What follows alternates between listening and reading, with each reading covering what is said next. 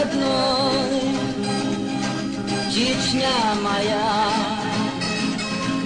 тебя воспеть хочу вновь я, люблю твои вещиный год, седой козлек ласкает взор. Нет, не был я близкий или далек, забыть тебя нигде не мог, как далеко не уходил опять к тебе.